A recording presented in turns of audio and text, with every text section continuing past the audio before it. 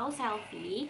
Di video ini aku mau merekomendasikan satu buku yang menurut aku Mams harus banget punya, karena memang buku ini udah sering banget sebenarnya aku kupas di banyak video aku, rekomendasi aku, dan dia banyak banget ada di situ. Tapi aku cuman ceritain sedikit aja, sekilasan aja. Nah, di video ini aku bakal jelasin isi dan manfaat dan detailnya dari buku ini. Nah, jadi ini bukunya namanya Bilingual Soundbook.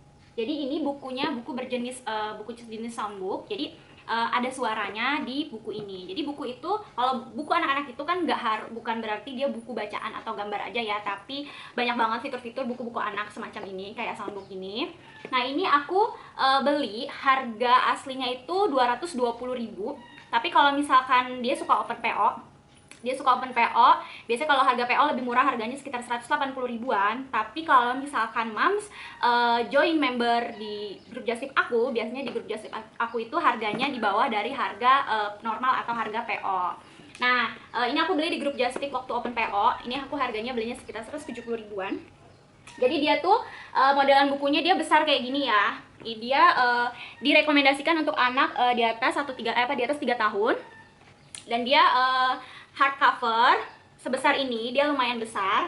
Tapi dalamnya itu dia laminasi glossy gitu kertasnya. Jadi memang bukan ini ya, bukan board book gitu dalamnya. Nah, ini di sini dia karena sound, dia harus ada baterainya, tapi baterainya gampang, dia bukan baterai kecil kayak buku-buku soundbook yang impor kayak Iglobooks dan sebagainya. Dia baterainya baterai biasa, baterai ABC yang kecil-kecil gitu. Dan dia ada 2 di sini, dan dia ada tombol on off-nya. Welcome to the interesting game. You will enjoy your time here with me. Nah, gitu. Terus di sini dia karena namanya bilingual soundbook, jadi dia bilingual, ada 2 bahasa, Inggris dan Indonesia. Terus dia ada 420 lebih sound, jadi bunyinya banyak banget. Nanti kita akan review satu persatu. Terus ada 22 halaman, dan di sini cuma ada informasi-informasi baterainya dan warning segala macam. Oke, kita akan buka satu persatu. Jadi di fitur dalam bukunya ini halaman pertama, paling pertama. Jadi ini tuh kayak semacam buku, tapi buku belajar ya. Jadi lebih kayak ke belajar banget, karena di sini bukan untuk cerita storytelling panjang banget kayak buku-buku story, kayak buku-buku cerita pada umumnya anak-anak, tapi di sini lebih kayak informasi atau media untuk anak-anak belajar bahasa Indonesia dan bahasa Inggris, belajar mengenal sekaligus bahasa Inggris, dan juga ada percakapan dan segala macam gitu. Jadi ini memang Ica udah punya ini dari usia 2,5 tahun, 2 tahunan. Usia 2 tahun aku baru kasih dia lihat-lihat kayak gini nih, nama-nama ikan.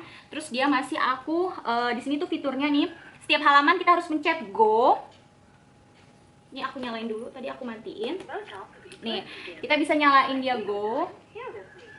Nah, kalau misalkan setiap halaman kita mau mainin dia yang ini, kita pencet yang go dulu. Kalau misalkan si anak mau info biar tahu ini tuh apa, kita pencetnya yang read. Jadi ini read. Nah, ini misalkan kita klik oh ya, kepencet. Ini misalkan kita mau pencet orang ini ngapain. Misalkan dia lagi diving. Ah, jadi ada bahasa Inggrisnya, ada bahasa Indonesianya gitu. Terus kalau misalkan ini fiturnya tuh ada di sini. Ada read tadi buat kita tahu dia tuh mau ini tuh binatang apa, tapi di sini ada musik juga. Jadi waktu Bica masih kecil tuh dia lebih sering bunyiin musiknya karena dia suka musik, joget-joget. Sekarang dia usianya 2,5 tahun, dia udah bisa mainin semuanya.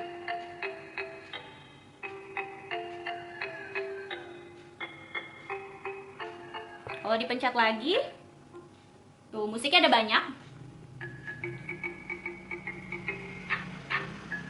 Nah, gitu. Kalau misalkan kuis itu jadi kita main tebak-tebakan sama si anak. Ini contohnya. Are you ready? Let's go. Nih. Please try to find out. Clownfish. Nah. Ikan badut. Nah, tuh misalkan kita tuh suruh nebak clownfish, ikan badut. Kita cari tuh mana ikan badut gitu kan. Nanti dia nyari tuh, oh ini ikan badut. Kalau misalkan salah, misalkan dia nebaknya yang ini, kita tuh jadi suara lucu gitu. Nah, this is a mistake. Terus misalkan dia jawabnya salah lagi nih.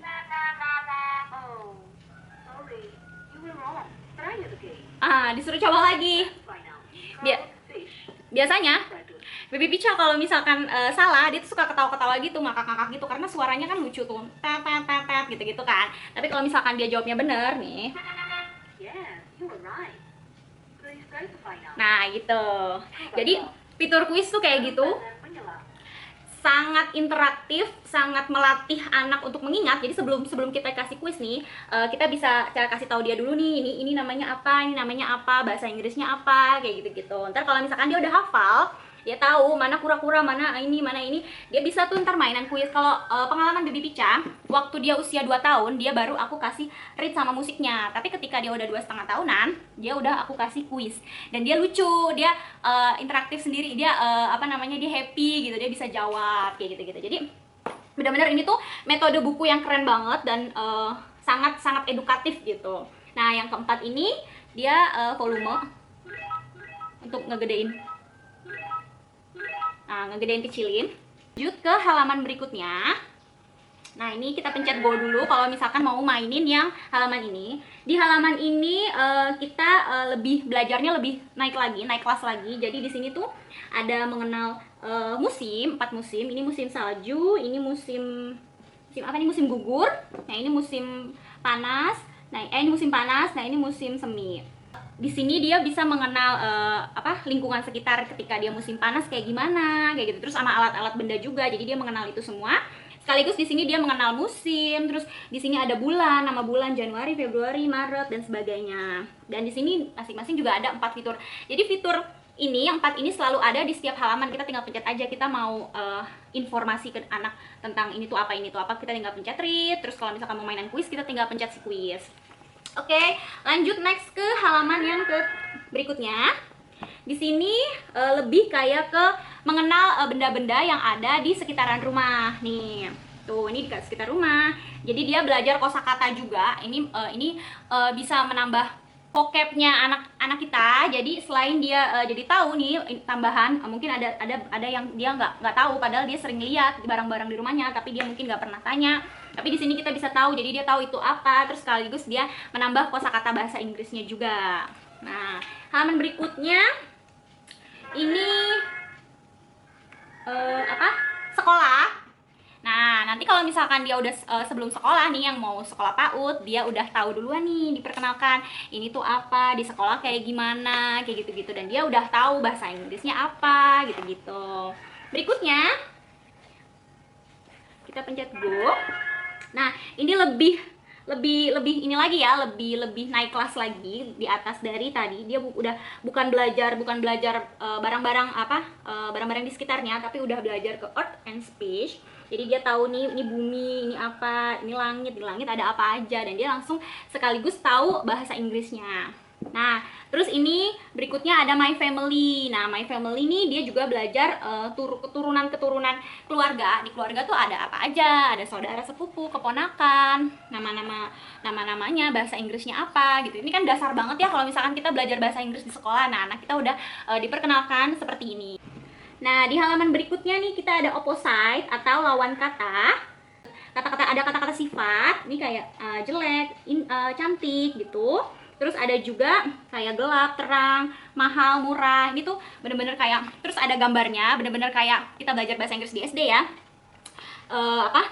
Ada gambarnya juga, jadi bisa membuat anak juga membayangkan mahal tuh maksudnya apa. Oh, mahal tuh mahal ini, mahal kalau misalkan kita beli apa, beli ini, beli cincin. Halaman berikutnya lagi ada profesi atau pekerjaan.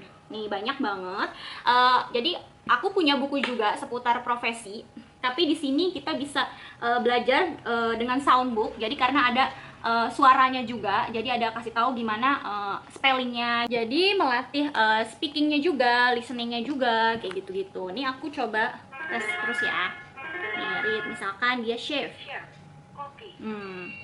Tuh, terus misalkan kita coba lagi ke halaman berikutnya. Nah, nih di sini halaman berikutnya dia mengenal alfabet dan numbers nih. Ini juga asik banget buat main tebak-tebakan sama anak nih, kayak main kuis. Jadi ini tuh dasar banget ya, ada alfabet, belajar alfabet, terus number, ada buah-buahan, ada sayur-sayuran. Dan berikutnya ada mengenal sama juga kayak tadi, ini mirip-mirip rumah. Di sekitar rumah kita ada dapur, terus ada kamar, ada toilet. Dan di sini kita perkenalkan dia dengan benda-benda. Jadi lagi-lagi menambah kosakatanya dia. Dan terakhir, anak belajar percakapan sekaligus langsung dengerin listening dan speaking juga. Nih misalkan kita Good morning, Rudy. Selamat pagi, Rudy. Good morning, Hana. Selamat pagi, Hana. Nah gitu, jadi anak udah belajar percakapan-percakapan sederhana, bahasa Inggris maupun bahasa Indonesianya langsung. Tadi aku udah sebutin isi dari buku Bilingual Soundbook ini dan sekeren apa buku ini, kenapa aku sangat merekomendasikan. Cuman kekurangan dari buku ini adalah dari soundnya. Menurut aku tadi itu aku udah volume paling tinggi, tapi memang suaranya memang nggak begitu terdengar.